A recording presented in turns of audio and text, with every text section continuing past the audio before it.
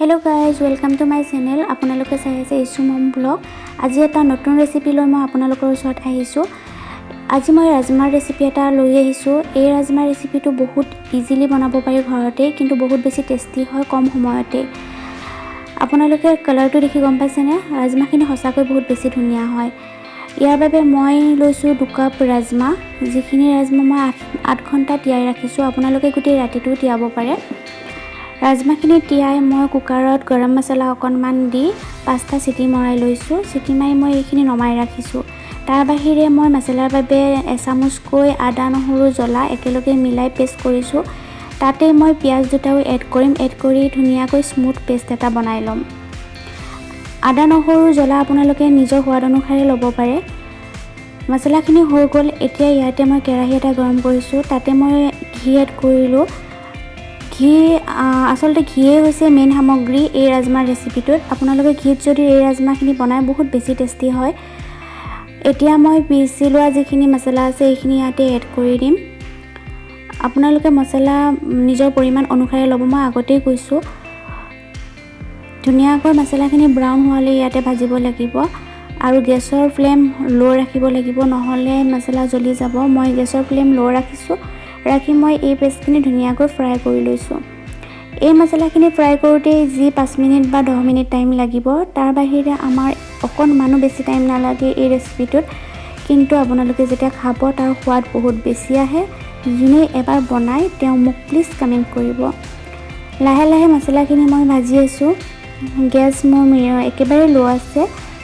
মছলাখিনি ভাজি যেতিয়া ব্ৰাউনি কালাৰটো হ'ব, তাৰ পিছতহে মই বাকীখিনি সামগ্ৰী এড কৰিম।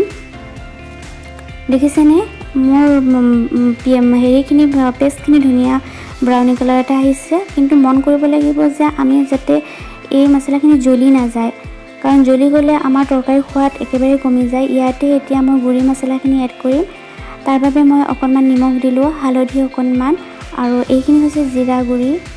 একেবাৰে কমকৈ মই এড কৰিছোঁ। আপোনালোকে বেছিকৈও দিব পাৰে। তাৰ বাহিৰে এতিয়া মই কাশ্মীৰী মিৰ্চ যিটো আছে অকণমান জ্বলা, সেইখিনি অকণমান এড কৰিছোঁ। এইখিনি এড কৰি এতিয়া ভালকৈ মছলাখিনি আকৌ এবাৰ লাৰিম। বাৰে বাৰে কৈছোঁ যে মছলাখিনি যাতে জ্বলি নাযায় তালৈ আপোনালোকে লক্ষ্য কৰিব। ধুনীয়াকৈ মছলাখিনি লাৰি ইয়াতে মই 3টা টমেটো পেষ্ট কৰি লৈছিলোঁ, তাৰ পিউৰিখিনি ইয়াতে দি দিম।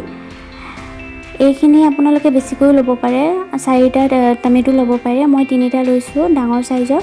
ধুনীয়াকৈ এতিয়া মছলাখিনিৰ লগতে মই এড কৰি দিম। এড কৰি যেতিয়ালৈ তেল বিৰিঙি নুঠে তেতিয়ালৈ এইখিনি মই ভাজিম। এইখিনিতে এটা কথা কওঁ, মই মোৰ প্ৰত্যেকটো ৰেচিপিত অইল বহুত কমকৈ ব্যৱহাৰ কৰোঁ। হয়তো আপোনালোকে মন কৰিছে, ইয়াতেও মই অইল বহুত কমকৈ এড কৰিছোঁ। কালাৰ আহিবলৈ মই কাশ্মীৰী মিৰ্চ যিটো আছে সেয়া অকণমান ব্যৱহাৰ কৰিছোঁ। এনেও ৰাজমাৰ কালাৰ বহুত বেছি ধুনীয়া আহে, গতিকে বহুত বেছি কালাৰ আমি দিব নালাগে।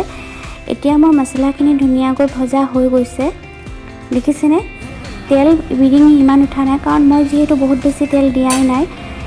এই পেষ্টখিনি এতিয়া মই বইল কৰি থোৱা ৰাজমাখিনিত এড কৰিম, যিখিনি মই অকণমান গৰম মছলা দি আগতেই বইল কৰি থৈছোঁ। ইয়াতে এতিয়া মই মছলাখিনি এড কৰি ধুনীয়াকৈ মিক্স কৰি দিম। আপোনালোকে বহুত ধুনীয়াকৈ স্মুথলি এইখিনি মিক্স কৰি দিব। মিক্স কৰি দিয়াৰ পিছত আমি হিচাপ অনুযায়ী চিটি লগাব পাৰোঁ।